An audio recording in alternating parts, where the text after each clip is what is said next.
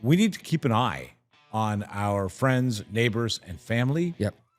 People who are starting to profess anger through ideology that doesn't match up. Because in the end, this is what it can lead to. And it made me ask this question. Did this man believe in an ideology, or did he simply collect enough grievances to justify violence? Hi, this is TPLmedia.ca. Take a look. Maybe we are there locally for you. Go to TPLmedia.ca/local. I'm Mike. This is your weekly crime update. Joining me this week to talk about the crimes across the nation, Bradie Whetham. Thanks very much for being here, man. Yeah, thank you for having me, my friend. I love talking about crime. Who doesn't, right? I know it's a tough docket on a Friday, but we make it part of our weekend, every weekend, just to give an idea of what's been going on across the country. Item number one, off the top, of course, the deadly shooting of police in both Toronto and Montreal. This week, a vigil paid to the officer in Toronto and a procession down one of our major highways to the Congress Center, where his life was honored. But it does kind of do this more than anything else. There's sort of a renewed focus on firearms and what firearms should be banned in this country. Yep. Now, the police haven't officially come out and said it yet, but the pictures of the gunman and the firearm that was laying beside him, and apparently it is an SKS, a Russian-made 10-round magazine semi-automatic rifle. That was the one in Montreal. Montreal, yeah. It's interesting. The emerging consensus right now is that this manifesto they left behind, really, it wasn't really a coherent political document. Scattered, to say the least. It was more the ravings of sort of a laundry list of complaints that didn't match up. There wasn't a lot of consistency. The ideology doesn't really align here. It seems like more of just an angry person. Misogyny, anti-capitalism, anti-police, anti-pornography, anti-Semitic, and conspiracy thinking in ways that don't form sort of a consistent ideology. And I think the one thing that comes out of this is we need to keep an eye on our friends, neighbors, and family. Yep. People who are starting to profess anger through ideology that doesn't match up. Because in the end, this is what it can lead to. And it made me ask this question. Did this man believe in an ideology, or did he simply collect enough grievances to justify violence? I think the latter is probably the truer statement. You're seeing a lot of this in young people my age in their 40s and down, very angry at the way things are right now. There's a lot of things going on globally, a lot of things just inside of the country. Could even just be in your own township and city. But there's a lot of people that are very angry right now, and I think they're trying to justify their anger, right? So they're looking at maybe these ideologies don't really line up because they're just trying to get mad at anything they can be mad at. And I guess it doesn't matter what your political belief system is. There's a lot to be mad at. No, but that's a matter of violence. It's different. That's a matter of society trying to help individuals see clear. Yes, if all you do is follow the news, society and humanity has gone through enormous pressure and enormous,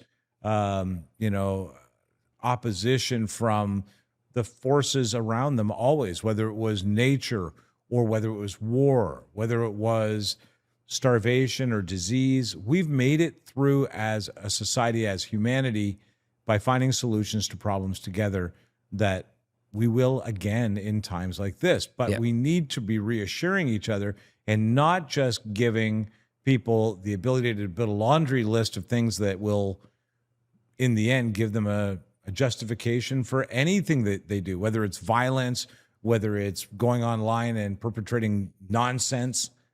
It's really, this is, I think, the calling card on this one for this kind of incel mentality. Yeah, and you're right about saying like human beings find a way to kind of get through anything and everything, right? We are the diamonds in terms of mammals. We are the hardest surface to break through. I'm all for the tigers myself. I digress. Determination is definitely one of our things, but like you said, if there's like a woe is me or a lack of hope, that can lead to blending a lot of these problems together and acting out in a violent way, which I don't think there's a problem that we have on this planet that should result in us going into an industry, from what they've said, the location that he was in was one of the hearts of the pornography industry. The location's down in Montreal. So what does that mean? Well, if you believe some of this manifesto that has been reported, it sounds like he had a big problem with that industry. And this industry is in that area primarily where this went on. Well, I don't know if it's primarily, but it's in that area. Was he trying to access one of these places? It sounds like it. Yeah. Yeah, it sounds like it. We've seen this before. We've seen this in the States, right? With Luigi and the CEO of the insurance company and things like that. This is a movement with youth, right? It's disturbing to no end. Yeah, because, like I say, some critics of this manifesto will tell you, everybody's a critic, by the way, of it, will tell you that it was probably AI generated. It's a mess. In a moment of desperate attempt to create some sort of legacy of the need to exercise this violence. Yeah, and you can compare it to one of the most, a manifesto that's been published numerous times, and one of the most, I guess, probably most read manifestos out there, the Ted Kaczynski. We'll use him for an example, the Unabomber. That was coherent. As much as it was wrong, he was worried about the techno movement and the tech movement coming in. And basically where we're at right now, a lot of the stuff that he had said in that manifesto is where we're at. But it made sense from the beginning to the end in terms of what his ideology was. His ideology kept a coherence that, yeah, I mean, was the writings of a madman. Well, actually, the writings of a madman, but yet a writings of a Harvard grad. Like he was, it was like a blend of, there's a thin line between psycho and brilliance, right? So, well, let's widen that margin, I think. Yeah. You know what I mean? Yeah. I think as we watch our neighbors, friends, and colleagues start to mount these manifestos of discussion with us, those are signals that, they're creating an incoherent justification for some method of thinking. Yeah, hopefully it's not violent. If you're phoning a friend or talking to a loved one and you start hearing some of this stuff, this isn't the same as being at a pub in the parking lot and hearing this come out of a conversation with a couple of soda pops behind you. This is something that you can probably catch. Bradie, I should take a moment and just say a lot of the stuff that I've said to you on the phone in traffic on the way into the office needs to be forgiven right now. Okay. Next story, Winnipeg, Manitoba, illegal cigarette trade tied to organized crime. Following Manitoba's record drug investigation, authorities continue to highlight the role of contraband tobacco in financing organized crime. Police say illicit cigarette sales generate enormous profits that are often linked to drug trafficking, weapons offenses, and other criminal enterprises, making the underground tobacco market a growing public safety concern. Well, here we are again. When I was a young lad, I used to hear about the stories in with the Montreal tobacco mob and all the issues that were going on then, and all of the people that were being attacked and on behalf of that group. And it sounds like 30-something years later, we haven't gotten really far away from I wonder if we've come back to this. What is going on with tobacco? Well, I have to think that in some ways, this might be indicative that the drug market has fallen off. Fentanyl has probably killed a lot of the drug market. Cannabis is legal. These were two major crime operations that were easy to undertake in a warehouse far away. But this is interesting as well. Look at this. Kingston, Ontario, major contraband tobacco seizure. Police announced a major seizure of approximately 171,000 packs of contraband cigarettes, one of the larger tobacco enforcement actions in eastern Ontario. Investigators say the illegal tobacco market deprives governments of tax revenue while providing significant income for organized crime individuals. There is, and they're not wrong when they say tax revenue. If anybody has ever smoked a pack of cigarettes in the past year here in Canada, the prices of cigarettes are outrageous. And one of the reasons why is maybe it's a deterrent to make you not smoke them, and hats off to that. But a lot of it is because of the taxes.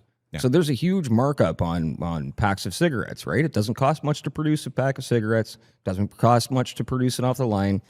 But it costs a lot to buy it as a Okay, as well, consumer. Let's compare. A pack of contraband cigarettes is how much? Roughly $5 to $6, maybe Could be anywhere from $7? $3 to $11. $3 to $11. And how much is a government taxed and officiated pack of cigarettes? But roughly, I think right now in most provinces, $17 to $24. Yeah. That's a lot. It's a big markup. That's a huge amount of markup without the tax man involved. Yeah. Let's continue on. Brandon, Manitoba, been there.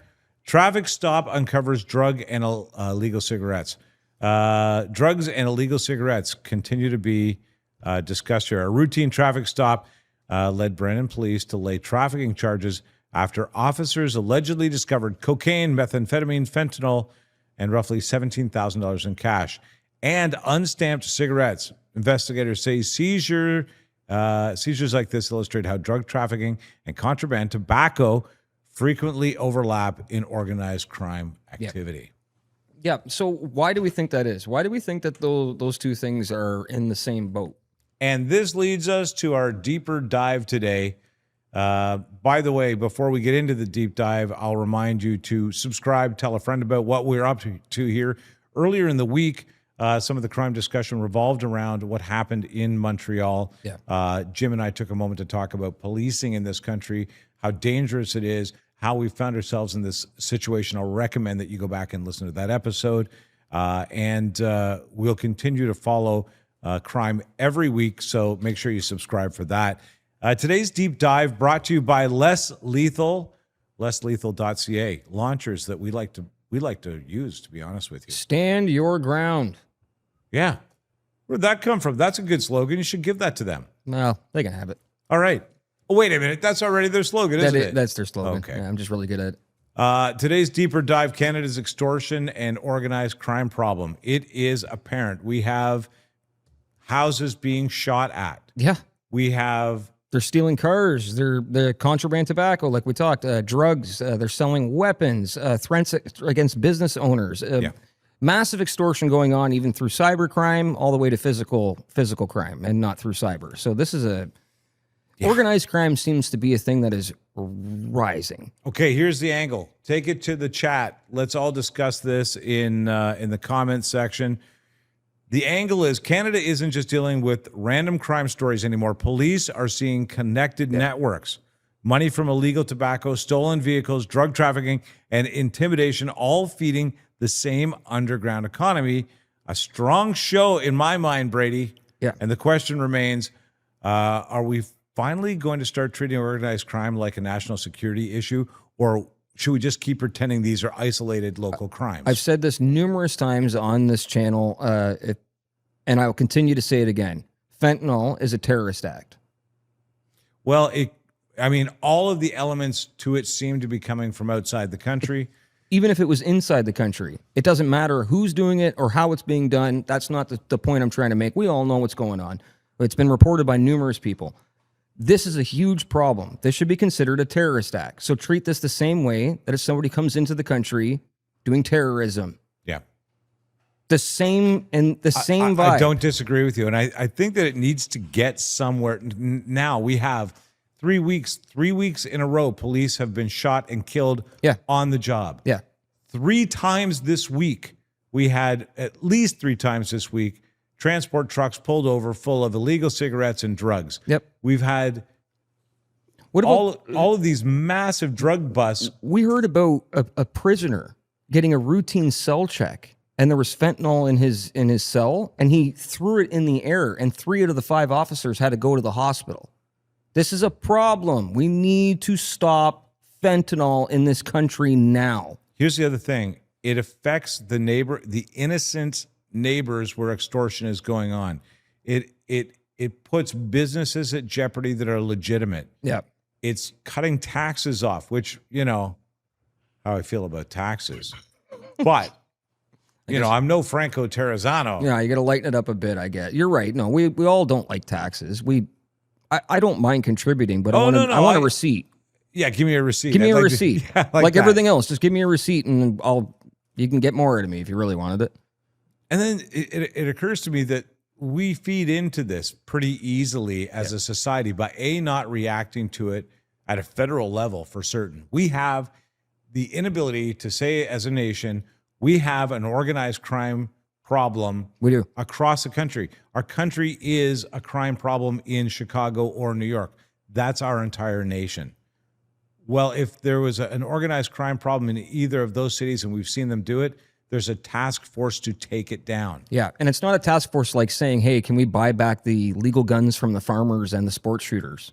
and the legal firearms. Well, you know what? Let's go that was a shot over the bow. I saw that. You know Well what I done. mean? Like let's attack the real problems here, which is illegal firearms, right? And massive amounts of fentanyl coming into this country. I think if you attack both of those things and you can start to make a dent there, all of this other stuff will slowly start to fall down as well. And here's the other thing that we need to think about.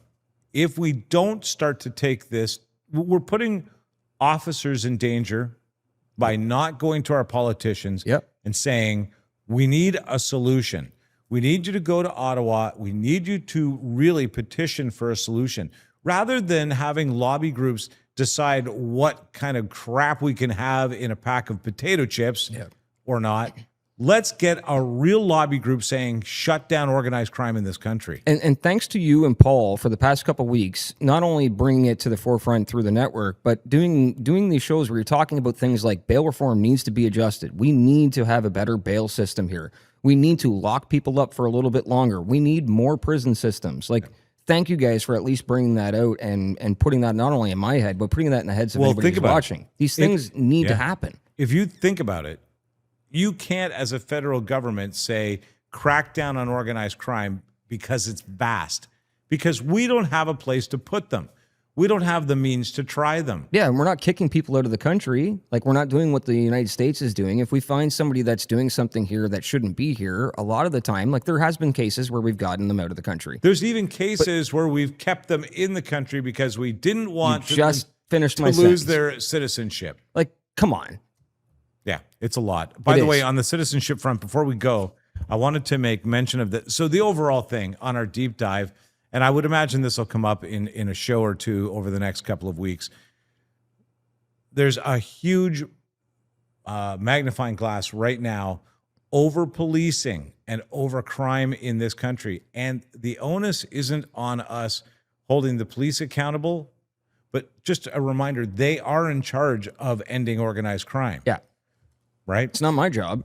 It's not my job to be the politician to give them the funds to do it. Yeah. It was my job and your job to vote for who we expected would go and look out for our safety. So hold your politicians accountable, especially if you voted them in. If you don't mind, Bradie, I'll leave with one last thing here.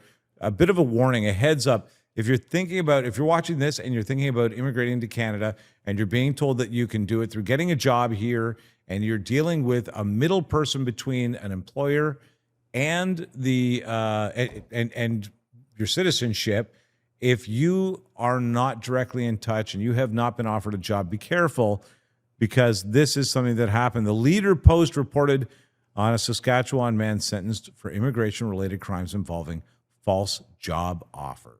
Yeah, so fake or misleading jobs, they're used to exploit people who are trying to come here to work, immigrate, or secure legal status in Canada, like you said. This is a new scam. This is a scam that these guys are starting to do to these new people coming into the country. We saw this in many ways when it came to getting into school and using that as your visa permit. They did the same thing, yeah. Not to this degree where you thought that you were coming here to start a new life with a job in hand. Please be careful. It's a warning out there. The federal CBSA has also publicized immigration fraud enforcement in Saskatchewan, including cases involving falsified immigration documents and fines, showing this is not an isolated concern. No. It is something going on. So we'll keep an eye on that. I recommend you do as well. We cover crime every single week right here, and we do it with your help and some of your suggestions. So comment, share your thoughts below, and let us know what you think needs to be done in the way of dealing with crime in our country. If we've missed a story you think is important, we appreciate the heads up. Also, you should check out tplmedia.ca/local and see if your city is available. And if it's not, stay tuned. It will be. Do you think my city's available? I think your city's available. All right, I'm going there right now. Looking for reliable and convenient personal safety products? Less Lethal has you covered. As Canada's only authorized Byrna distributor, we provide a range of products for recreation, protection, and security. Explore our Byrna launcher lineup, including the LE, SD, TCR, and Mission 4, designed for different levels of performance and protection needs. We also offer the Banshee personal safety alarm, designed to protect children, women, and vulnerable individuals. Because your safety is our top priority. Shop now at lesslethal.ca.